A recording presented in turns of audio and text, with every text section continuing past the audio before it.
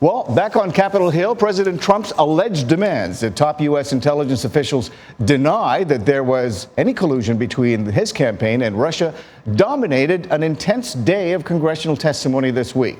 Congressional probes into Russian election interference showed no signs of letting up, even as special counsel Robert Mueller takes over a wide-ranging Justice Department investigation. VOA's Katherine Gypson has our report. An intense day of questions on Capitol Hill, and for once, a few answers about the Trump campaign and Russia. I encountered and am aware of information and intelligence that revealed contacts and interactions between Russian officials and U.S. persons involved in the Trump campaign that I was concerned about because of known Russian efforts to suborn such individuals, and it raised questions in my mind, again, whether or not the Russians were able to gain the cooperation of those individuals. The man who led the nation's top spy agency last year said he warned Russia about its brazen interference in the 2016 election, an effort that included recruitment of campaign officials. Frequently, individuals who go along that treasonous path do not even realize they're along that path until it gets to be a bit too late. Wow, those are strong words. Now, for more on the Russian probe, we are joined in Washington by VOA Congressional correspondent Katherine Gypson, who filed that report for us. And once again, on Skype from Sicily, where President Trump is meeting with leaders of the G7 countries, we are joined by White House Bureau Chief Steve Herman. I thank you both for joining us.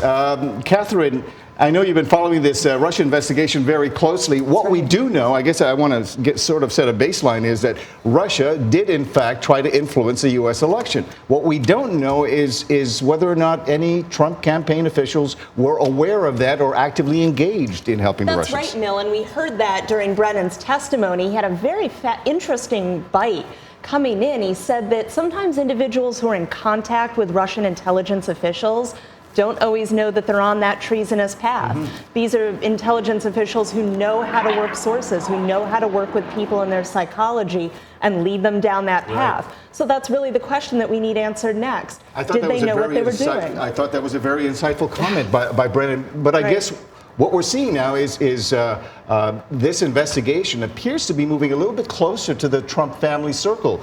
We have Jared Kushner, the president's son-in-law, who is now apparently a person of interest in this investigation. That's right, looking into his financial ties, what he did in terms of divesting his business holdings, whether he had any contacts with Russian officials. That'll be something that'll be pulled out again and again over these next few months as the special counsel investigation gets started up. You have one of the most interesting beats, actually, especially lately. Sure, right, I know how about busy that. you've been. Now, Steve, you've been traveling with the president. I imagine his overseas trip was a bit of a welcome break from all this drip of the Russian probe. Did the issue of Russia come up at all in your travels? Well, he brought it up. What happened, very remarkable, we were in the room in Jerusalem. This was supposed to be what's called a photo spray, where we're in the room for 30 seconds or so, snap some photos of the handshake. And what happened is a reporter asked Benjamin Netanyahu, the Israeli prime minister, a question, and Trump jumped in and said, I never mentioned Israel, talking about his encounter in the Oval Office with the Russian foreign minister. And so he put this back front and center in the news with an unscripted remark, answering a question he wasn't even asked. I think one remarkable difference is that he's not been on Twitter so much and not reacting to things in the news because his routine's been broken. He's not able to tune into his favorite cable television news programs and the programs he says he hates and react to them in real time on social media, which of course causes huge headlines. So in that way, it's been put aside. But the president himself, as I said, brought something up that shifted the focus back onto that rather than all the things they would like. Katherine, I want to get your take on that, because the president is often his own worst enemy. That's right. And often he drives the agenda daily up on Capitol Hill for not only the reporters, but for the members of Congress who have to respond to those Trump tweets. And we felt like we got a little bit of a reprieve this week where we didn't have to answer. Exactly. There was no we just had the ready-made healthcare headline. CBO score in the new budget. So, a calm week on Capitol Hill in comparison. That's for certain. And Steve, I guess the president had been sort of insulated from this Russia probe right now, but do you think he anticipates that it could come back and be a full-time gig again once he returns to the United States? I'm sure that he'll definitely perceive that when he gets back home and switches on the television and picks up the newspapers that land on his desk every day. So he's been in a bit of a bubble because he's had a jam-packed schedule, and obviously at the end of the day he's very exhausted and probably getting some sleep rather than trying to keep up with all this. Of course, he's been briefed, and we have had some comments come out through the press secretary and such, but so far we've not had the president come out and hold a news conference where he could be asked about some of the latest developments. Katherine, getting back to the Brennan testimony, which was kind of pointed in some ways, did the former CIA director actually, was he asked about this allegation that Trump tried to ask intelligence community officials to I guess,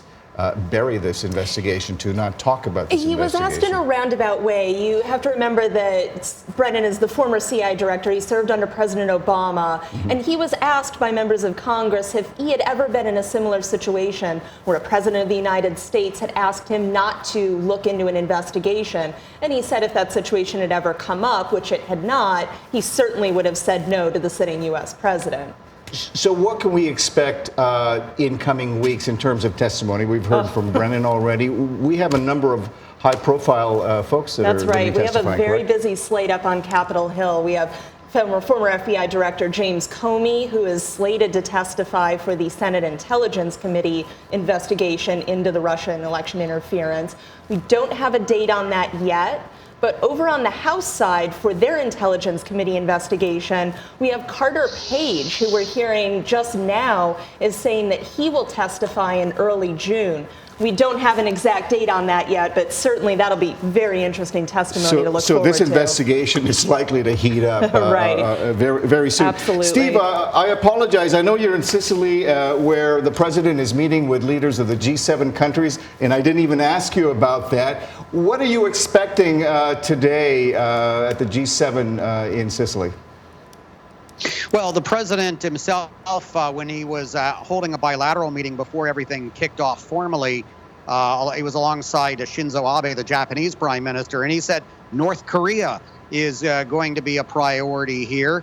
He also mentioned terrorism, of course, but we also know there are going to be contentious talks on trade issues. Gary Cohn, the president's economic advisor, has acknowledged that. And then there's this thorny issue of the Paris Agreement on climate change and whether the U.S. will keep its commitment. And there's apparently a little bit of movement where we're told that the president is understanding more of the European position. We're out of time. You're going to keep yourself very busy there. So will you, Katherine. Sure. Thank you so much, Steve and Katherine. And, of course, all our VOA correspondents today. We're out of time, but we'll be back next week for another edition of The Correspondents. In the meantime, stay up to date with the latest news from around the world at voanews.com. Do check out our shows there. Click on the Watch tab on the upper right.